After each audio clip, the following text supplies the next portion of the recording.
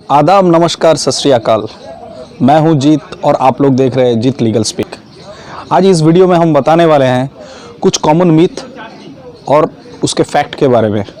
ये जो मिथ ये हम लोगों के दिमाग दिल पे बैठा हुआ है और इसी मिथ के चलते हम लोग बहुत कुछ गलत सोच लेते हैं, लेकिन उसका फैक्ट क्या है वो मैं आज आपको बताने वाला हूँ।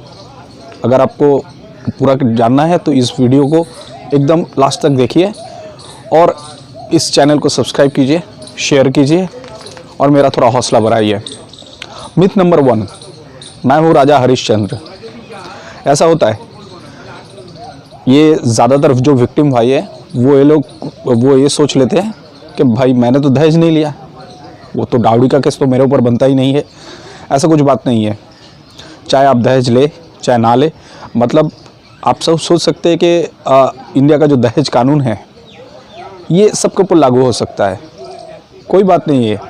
जो दहेज का, अगर डाउरी प्रोविजन एक्ट आप अच्छी तरह से पढ़ेंगे तो आपको पता चलेगा कि दहेज बोल के कुछ है ही नहीं, ये सिर्फ बनाया गया है। और ये जो वेस्टर्न कल्चर, जो फेमिनिस्ट है, जो मैं बोलूँगा कम्युनिस्ट फेमिनिस्ट जो है, वो सब ये थोपा जाता है इंडियन कल्चर के ऊपर। अगर आप पुराना इतिहास भी देखेंगे तो कहीं पर भी इंडिया का जो कल्चर है वो दहेज का नहीं है। ये कौन लाया जानते हैं? ये सब ब्रिटिश लोग लाए हैं इंडिया में।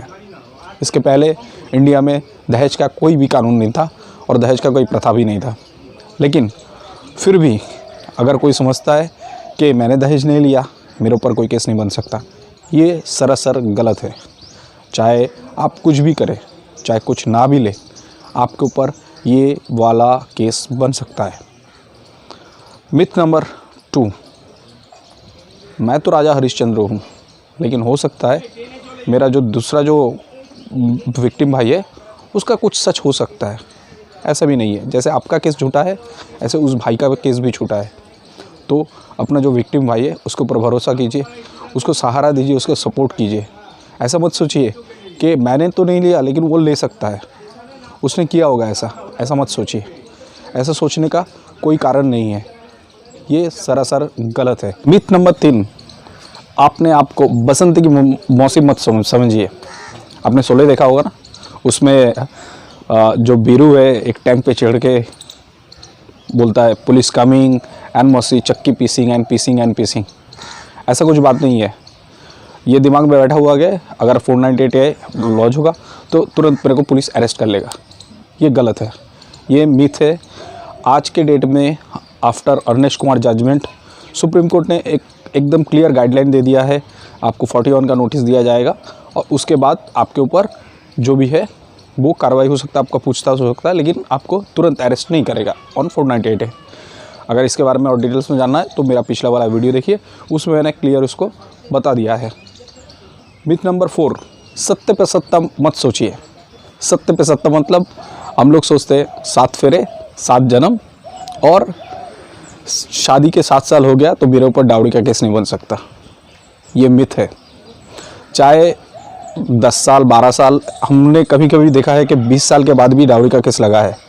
हाँ, 7 साल के बाद जो होता है डाउरी जो डेथ है, जो 304 IPC 304 के तहत जो डाउरी डेथ होता है वो आप पे लागू नहीं होता है, लेकिन डाउरी का केस 100% लागू होता है। तो अगर आपके दिमाग में है कि मेरा तो शादी का 7 साल हो गया है, मेरे ऊपर डाउरी का केस नहीं बन सकता, तो ये आपका वहम है। चाहे 10 साल 12 साल कुछ भी हो, आपका काटा जा सकता है। मिथ नंबर 5, दीवार के शशि कपूर मत बनिए। हाँ, ये आपको याद रहेगा अच्छी तरह से। दीवार में है, शशि कपूर ने बोला था मेरे पास माँ है ना। तो यहाँ पर भी विक्टिम लोग सोचते हैं कि मेरे पास अच्छा लॉयर है, कोई मतलब नहीं है भाई इसका। ये कोई मतलब 100% गारंटी नहीं है कि आपके पास अच्छा लॉयर हो तो आप केस जीतेंगे।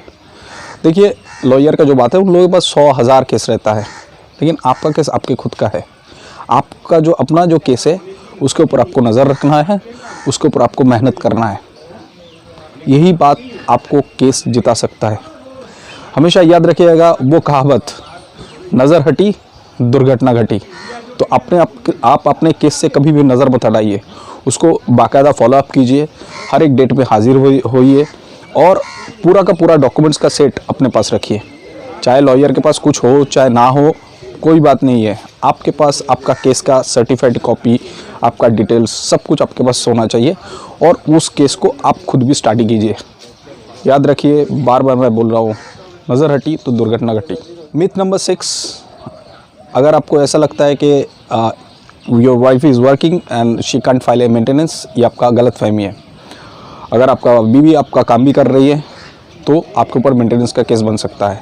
After Rajnesh versus judgment, Supreme Court of India वो क्लियरली गाइडलाइन दे दिया है, आपको दोनों का इनकम एफिडेविट, एसेट एफिडेविट ये जमा करना पड़ेगा। उसके बाद कोर्ट डिसाइड करेगा आपके बीवी को मेंटेनेंस चाहिए कि नहीं चाहिए। अगर ऐसा कहीं पर हुआ है कि आपका कमाई ज़्यादा है, आपका बीवी का कम है, तो हो सकता है कोर्ट उसको मेंटेनेंस ग्रांट करते।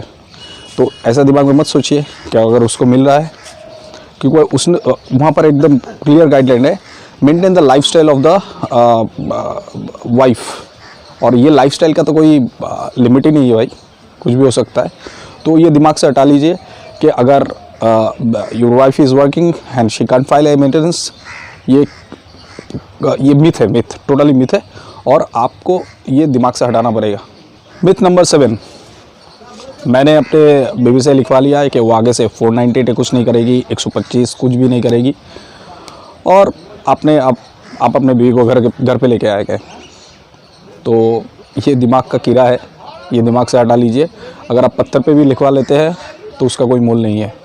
She can file any case any time when she is living with you और she is not living with you. तो चाहे इन फ्यूचर भी हो, अगर आपको लग रहा है कि आपके दिमाग में ये बैठा हुआ है कि मैंने लिखवा लिया है, चाहे कोर्ट पेपर पे कुछ पे, चाहे मैं तो बोल दिया पत्थर पे भी आप लिखवा लें, तो आपको उसका कोई वैल्यू नहीं है, लीगल पॉइंट से कोई वैल्यू नहीं है उसका। और जाने से पहले आप सब लोगों से रिक्वेस्ट है, अगर ये वीडियो आपको अच्छा लगा है तो इस चैनल को सब्सक्राइब कीजिए, शेयर कीजिए और बाकी जो विक्टिम भाई है उनका हौसला बढ़ाइए। एक बहुत ही अच्छा कहावत है, मंजिलें उन्हीं को मिलती है जिनके सपनों में दम होता है, पंख से कुछ नहीं होता, हौसलों से उड़ान होता है। आज के लिए sign out, thank you very much.